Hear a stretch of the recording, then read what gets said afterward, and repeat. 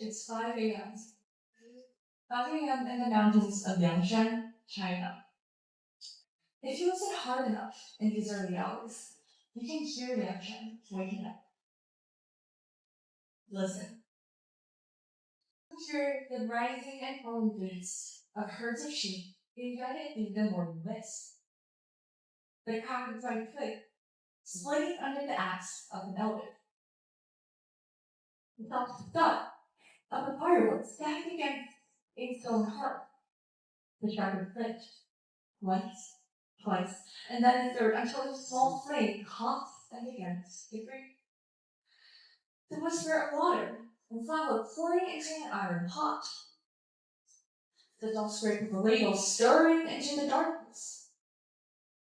The little creak of a wooden stool suddenly under someone who has done this 1,000 times before.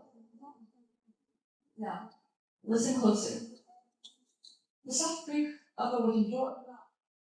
What follows it are small footsteps on a dirt floor. A small body, lowering onto the stool, then another, and another. 3 children, 4, maybe even 5, crowded around a small table, shoulders touching, almost making space where there is none. A grandmother's breath, a quiet huff, as she lifts the pot and ladles the soup juice. Sour, thin, flowing with pickled leaves. The clay bowls fill one by one, and then she reaches for the basket. The buckwheat ones, dark brown, dense and steamy, the same as yesterday, the same as the day before, the same as every morning they can remember. It was the same bowl her mother gave her, the same bowl that she believes will give this boy the strength to grow. And in every way that matters to her, she is right. But in every way that matters to the children, she is wrong. Because that bowl, so full of love, so full of ethnic tradition, history, and culture, it's so empty of nutrients and vitamins and proteins that supports a child's bone, that supports a child's muscles, their immune system, that sustains their attention during class. Now, that is not the hunger as we used to imagine it. There are no empty bowls in this case. There are full bowls, full intentions, but yet there is still hunger, and that is why I call it the new hunger. Now, before I start telling you about the new hunger, I'm going to start with a little bit more context about that Yangshan, where this whole new hunger is situated. Now, Yangshan sits at the southeastern part of the Qinghai Xizang Plateau. It's shaped by steep mountains, high altitude villages, and long operating roads up the mountain. On the mountain villages, working age adults have migrated away for work and better income. The people who remain are mostly elders or children. So Yangshan, you can say it's not only geographically isolated, but also it's socially fragile. In 2020, Yangshan officially eliminated absolute poverty. Now that was a real achievement. I mean, years of investment, infrastructure, and poverty alleviation have finally reached one of China's most historically disadvantaged mountain regions. But when I went to Yangshan, I found a question that the official story could not answer. If poverty has truly been eliminated, why were so many children not grown as they should? Why does a boy look so much younger than his age? Why does a girl's wrist seem way too thin for the school bag she carried every day to school? Why does children have everything in their eyes but tiredness in their bodies? The data confirmed what I was already seeing at Yangshan. In the sample I took for children in elementary school from age 7 to 12, 80% of them fell into the underweight and to short category. Their bodies have been quietly reporting nutritional absence over time. At school, many children receive adequate lunch with 1 meal, 1 vegetable dish, and 1 soup. In Chinese, that's what we call 一荤一素一汤. That was important progress. But a child does not only live in, a school lunch program. The issue stems from inconsistency between home and school. So the question is not only do children have food, but rather what kind of system decides what food reaches them. And in China, I found three interlocking forces that define the system. First is geography. The mountains rise high, and the villages are scattered across steep slopes. The climate, soil, and altitude limit what the local families can grow. The land is suitable for hardy staples like buckwheat, like potatoes and maize. These foods are obviously important, but they cannot sustain a complete diet on their own. The second one is infrastructure. Even when more nutritious foods are available, they're not always easy to store. Now, fresh vegetables, fruits, meat, eggs, and dairies, they often have to travel a long way up the hill from the town markets. Not the road can be expensive and inconsistent, and by the time the food had reached the remote villages, the price is higher and the freshness is lower.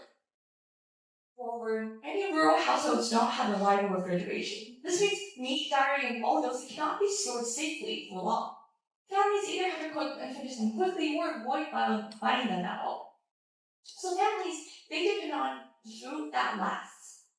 And you know what lasts? Instant noodles, packaged snacks, because they're highly processed and high in oil, salt, and sugar.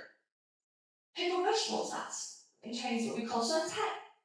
And cured meat last, because their preservation often depends on heavy salt and molecular-related compounds that over time will increase health risks instead of sustaining healthy growth. The third force is knowledge. Now, the knowledge gap I'm talking about exists on three levels: the children, the caretakers, the families, and school. To begin with children. For children, the problem is food literacy. Many children know that junk food is bad, right? But they only know that because the adults tell them so. And they often do not understand the reasons behind it. In one interview, a girl even told me that her friend had to have her stomach cut open because she ate junk food. Medically, this explanation is far from accurate.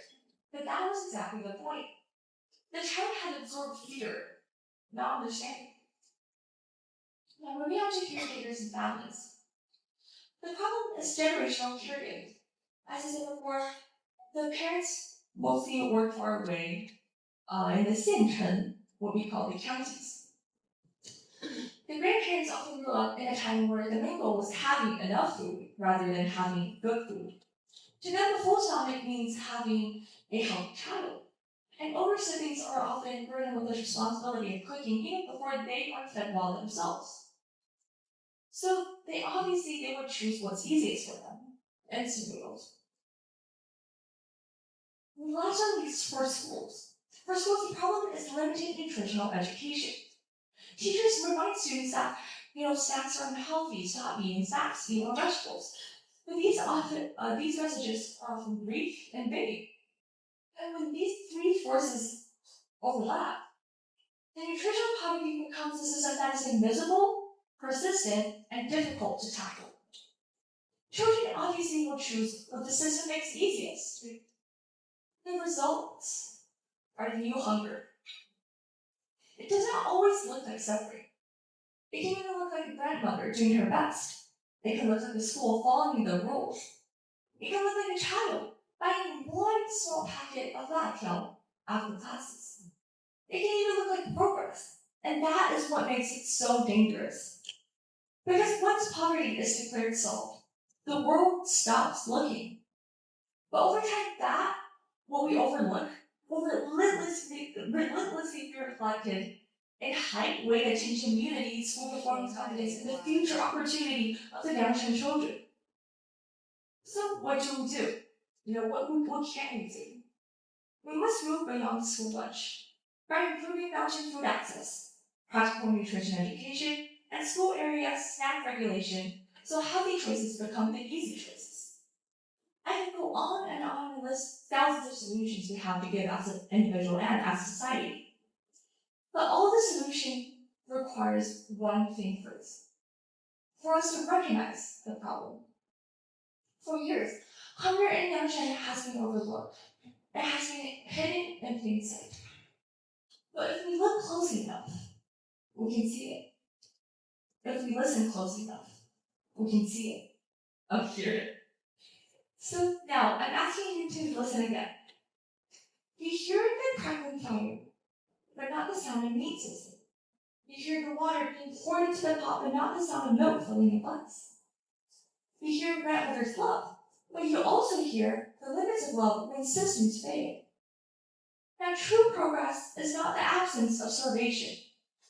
True progress is the presence of growth. The new hunger is quiet, but it's not unheard anymore. Because now you heard of it. Now you solve the problem. And you know of the problem. And knowing is always the first step to any possible changes. Thank you.